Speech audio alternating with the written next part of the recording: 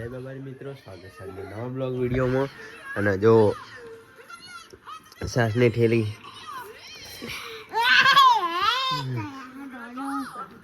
અને ટાઈગર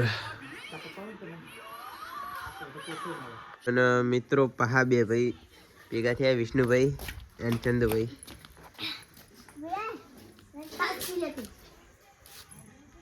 એ ચડાઈ કોથરી ચડાઈ એ હવે મિત્રો જો બ્લોક નું કામ ચાલુ હોય એટલે સુધી પહોંચી હો રસ્તો ક્લિયર થઈ ગયો હો કે હવે તો ની ગલી જ હતી.